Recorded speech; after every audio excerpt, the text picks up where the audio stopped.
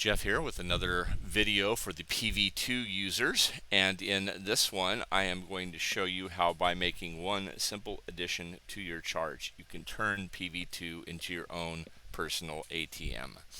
Realize that is probably sounds really scammy and something you expect to see on some blind email you receive from somebody you've never heard of trying to sell you a $39 program. Trust me on this. Watch what I've done and watch and learn. All right. This is the basic PV2 system. Okay, here's the PV2 indicator. Now I'm using the one that also does the divergence. You don't need divergence. In fact, divergence does not play into this at all. So if you just want to use the regular PV2 indicator, you can. We have the Renko signal bands. That's the three colored lines right here. And of course we have the trade buttons. What I have added to this is a 5 simple moving average. Okay, I'm going to bring the properties box up so you can see it. It's a 5, 0 shift. We're using a simple moving average applied to close. You know what, it was on magenta when I loaded it. I've just left it on magenta. All right. I add that to the Renko bars. So that's this snaking purple magenta line that's running through the bars. Let me show you what I've come up with. By putting the 5 onto the chart and requiring, in the best case, for the line to reach the outer bands, one of the two outer bands, either the lower band or the upper band, actually reach and touch. When you get the corresponding signal to buy or sell off of the PV2, you take the trade. What you're seeing right here is probably the worst trade I've ever seen using this, in that it actually went up. Let's see, this is the pound yen. I'm using, I think, 3 pip boxes or 5 pip boxes. Let me double check on that. 5 pip boxes. This actually moved 10 pips into profit before it came back down and reached the previous low, which it had hit 4 times previously. 3 times previously. It came back and hit it twice. Obviously, this is not a real exciting trade, especially when you figure out that this took about 40 minutes to work itself out.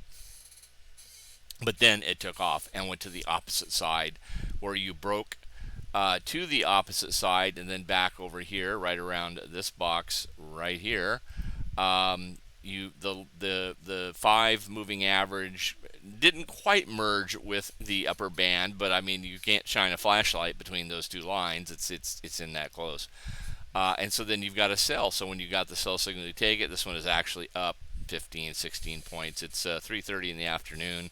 It's still, you can see the chart's still moving, so I mean, this would be a live trade if you wanted to take it.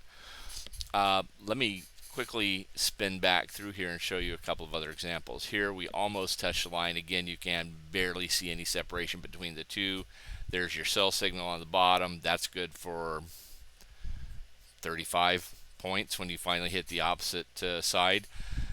Look at all these other trades though that are through here. They're you're getting multiple signals, but nothing is really happening, because everything is kind of like just sort of floating in the middle there. And even when prices reaches the far side, if the 5 moving average hasn't joined the party and reached the far side as well, you just pass on these trades.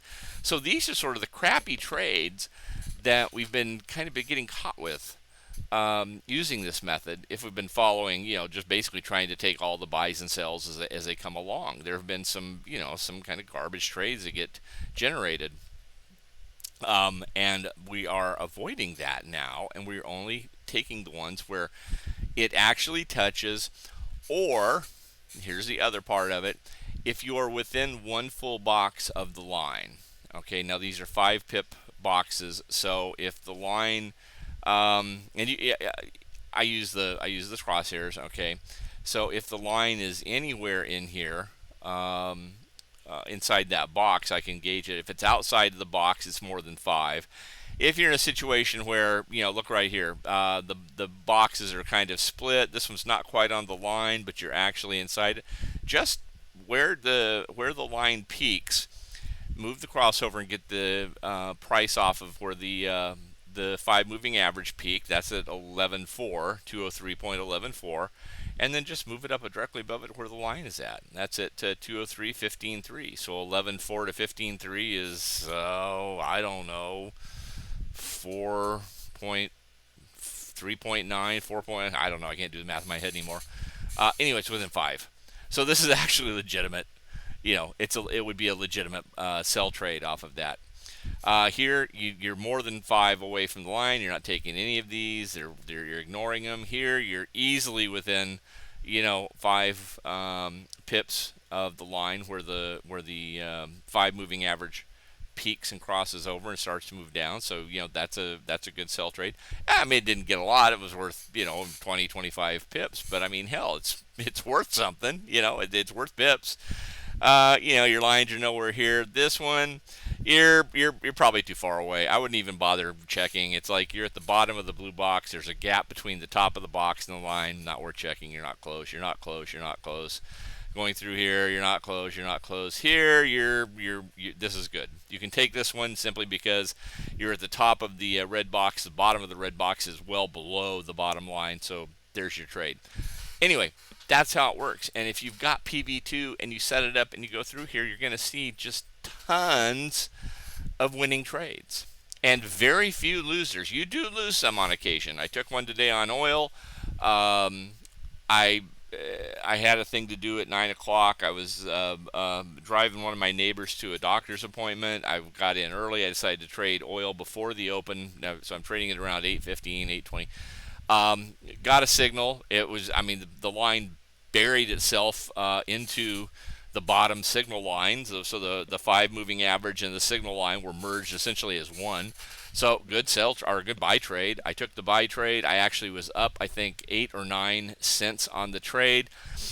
And because I'm an idiot and forgot to check the calendar, the core PCE came out this morning, and I think it came out on target, but it didn't matter. Basically, oil kind of went crazy for a few seconds, and it shot down and took me out. I was -7 on the trade. I had moved my stop loss up a little bit, and I'll show you a little bit. I'll show you the oil chart in a minute. But I mean, there was a happy ending because later on I came in. I caught like a 45-cent trade later on this morning. So all's well that ends well. But like I said, what you're looking for is the line to get on the bottom or on the top of the line. Here it's on the bottom. Look, nice trade. Here you're pretty close. You're right within the 5, so you can take that one. Here you're outside of the 5. It was decent enough, but it didn't fit the rules.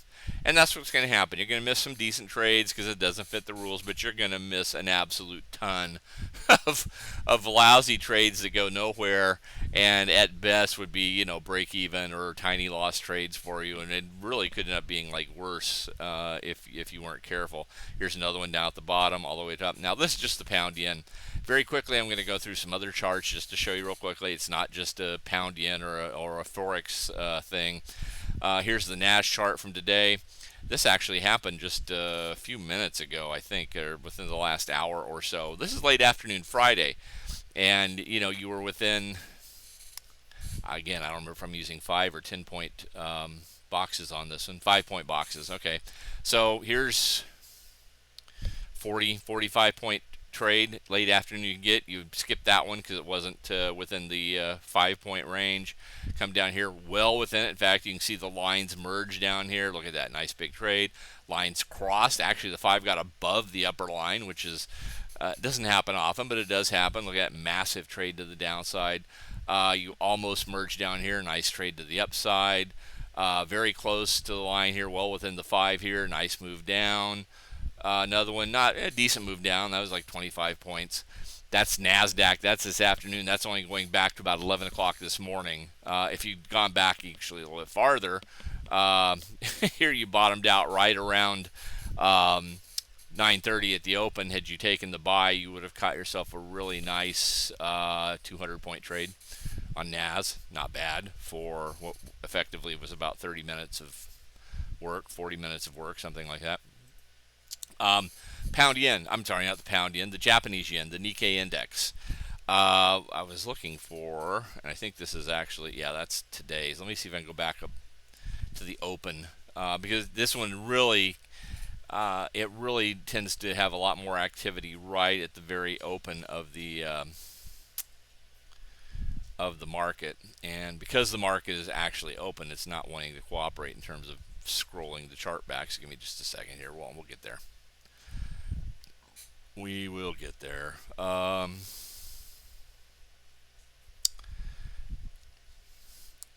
So yeah, basically, here's your market open for the first hour or so. Nothing happens, but here's where the market opens. Okay, you're on the line. Boom, nice move up.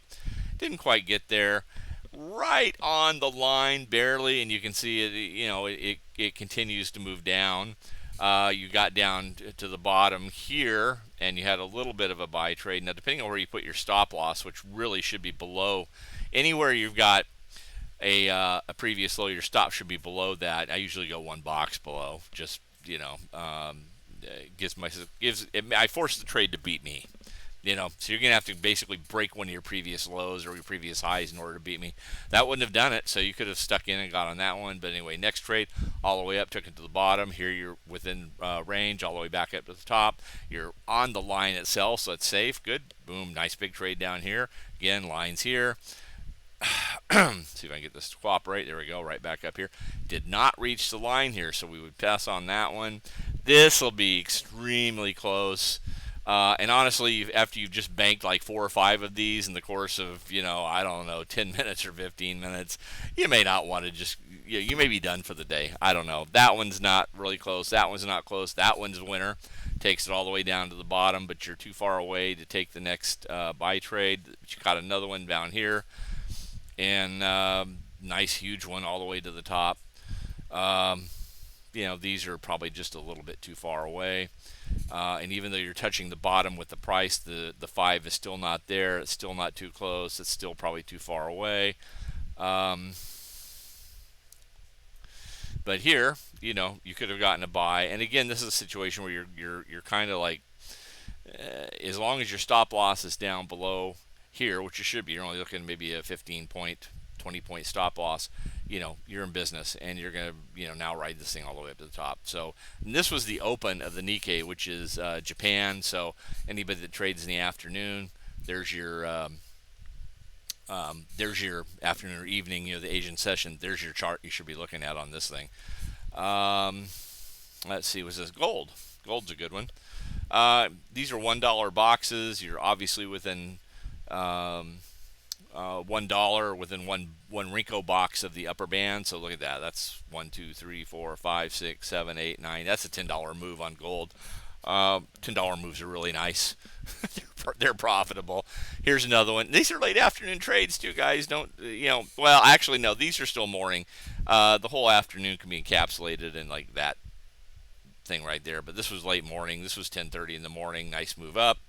That one didn't count. Wouldn't have taken that one. You would have taken that one. You would have taken that one as the buy. These are basically still too far away. Too far away. Arguable right here. Again, use the crosshairs. What was the price? It was at 224.64 or something. And come on, cooperate here. 221.87. These are $1 boxes, right? So, no, is that right? That can't be right. 221.87 to 222.62. Okay, there it is. Yeah, I was looking through them. I'm getting confused by the actual price, which is sort of getting away. This is actually within $1, so this could have been a good buy trade. You could have taken that one. Here's one you could have taken again. $1 boxes, you got in 3. If you wrote out the little reversal here, because your stop loss probably would have been below the box right here, nice big move to the upside. And guys, these are today's trades. I'm not having to go 6 weeks or a month or last year to find these charts. This is just today. I'm already 15 minutes into what I thought was going to be about a 5-minute video, so I'm not going to keep going through all these things in depth, going back, days or weeks. But here's after yesterday's trades. Again, you were right within the $1 ring. Could have caught that one. It was good for 5. So that's gold. S&P. Here, This one materialized about 2 minutes ago. You could have got a nice S&P trade. These are full point boxes right here, and that's 10 point box. Here was your last trade. Again, 5 merged with the upper band, so you take the sell trade all the way to the bottom. You ignore all this crap in the middle because your 5 is also kind of bouncing around in the middle. Right at the line here, you're at the top of the red box. Red box is at the bottom of the red box is at the bottom of the signal line, so maybe, maybe not, but you definitely could have taken that one. That would have been worth about 10 or 12. See, S&P works out well with that. U.S. oil. See if I can find this. Let's see. We had. Now, one thing about these lines too is that these lines looking backwards will move a little bit on occasion, and we were at the start of the move, so this one moved down some as both the orange and the green lines shifted to the downside a little bit. So when we were about right here, this line was a little bit closer to the top of the blue box, right? Okay, so the line has shifted away a little bit. It was a legitimate signal when I got it. I got up a little bit, and then, like I said, a couple minutes later, the core PCE came out, and just that was a buy trade. It came out, so anyway, it stopped me out. My stop was like right here, so it didn't really matter all that much. And then later this morning, later this afternoon, this was one of them right here. This was like 10:20 or so in the morning. That was a eight box move. That was 5. It was 40-cent move. I caught that one. I was done. I should have hung around because about 30 minutes later, we got a nice buy trade there, and then the sell trade as well. So that's oil. Oil is really good for this, by the way. As is the S&P or the US 30. And you can see the US 30 is doing pretty much what the S&P did. These are all late afternoon trades. This is what is it, 3:30? That was 3:30 down to 3:32. So that was a nice little like 40 or 50 point move. Here's one from 3:34. It is still moving up at 3:38. So 4 minutes ago you would have gotten in around 50, whatever this is, 55. And it's almost a 100-point move. It's a 90-point move right now. So that's the US 30. And if I can get this thing to cooperate a little bit here, we'll go back to this was the open. Depending on, you might not have gotten filled anywhere close here, but this took about 4 minutes to happen. So you could have gotten filled if you tried to get in here. It might have filled you up the road a little bit, but that's a 400-point move. So would have been nice. This one easy to catch. See the lines emerge. You sell, goes all the way to the bottom. Not going to take any of these because they're not really close enough. Now this is arguably close enough, but again, depending on if you got any of that 400-point move, you might be done for the day. I would be. But anyway, you can see. Look, the whole point of this, and I mean, this is going to be a 20-minute video. I'm sorry for that, guys, but the whole point of all this is just simply. Okay, yep, that was it. Let me just bring another one up. The whole point of this was watch the 5. When the 5 reaches the outer bands, either the upper band or lower band, that's your screaming signal or screaming warning that there is a signal. And it may be another box. It may be 2 boxes for your PV lines to cross. Wait for the lines to cross. Don't run in front of the trade, because if you follow the rules, then you're going to win most of these trades, and they're going to be huge. Okay, if you start playing with the rules a little bit, you don't wait for the lines to cross. You tried to run up in front of the trade, just like, oh, it's already here, I'm going to go ahead and sell. This is when you find yourself at the beginning of a trend in the wrong direction, and you get into a sell. Next thing you know, the price has moved up 4 or 5 boxes because you did not wait for all of the component pieces to be in place the way they're supposed to be. So very simple. 5 reaches the upper or lower bands. You wait for the signal off of the PV2, and then you take the trade, and you basically can ride pretty much every time, ride the trade to the opposite band, wherever the opposite band is at. And it doesn't mean you have to get out like right here just because you got close. You can, if you're up this far, you should be moving a stop well into profit, and then you can ride out these little 1-box reversals and, actually make the trades even more profitable. So listen, sorry this thing took so long, But honest to God, if you guys will just follow this thing, you're going to make a fortune doing it this way, because you're basically going to stop losing trades for the most part. If you are a prop firm trader, or you've been giving consideration to prop firm trading, take a very serious look at this, because the biggest problem people have in prop firm trading is their losses. Their losses exceed whatever arbitrary rule has been put in place by the prop firm itself, and then they shut your account down. You lose your money. You have to start all over again. This will keep you from having to worry about losses, because one of two things is going to happen: is you're going to make a ton of money on the trade, or if it ends up being a loser, it's only like a 1 or 2 box loser, and you should be setting your trade sizes up so 1 or 2 boxes make no impact on your account whatsoever. If 1 or 2 boxes causes you to lose 2 or 3 or 4% of your trade, you're over trading. All right, it should be causing you to lose like 1/4%. So that way, when you're dealing with all the loss rules and whatever, you may have a couple of lousy trades, and they happen. Like me, you get stupid and forget to check the calendar, and news ends up biting you in the middle of your trade. Then the damage is minimal, and that's the whole point. And so really, this is I'm going to do some more on prop trading. I'll do another video on that here shortly, but. Anyway, if you're a prop trader, this could be the answer to your prayers. So anyway, I just wanted to show you that. I think this is a great way to start making this little gig pay for itself. So hope you feel the same way. Anyway, thanks for taking the time to listen. Sorry it went so long, but there was just a lot to cover here. I'll try to keep the next one a little shorter. Anyway, have a great rest of your day. Have a great weekend. I'll talk to you soon.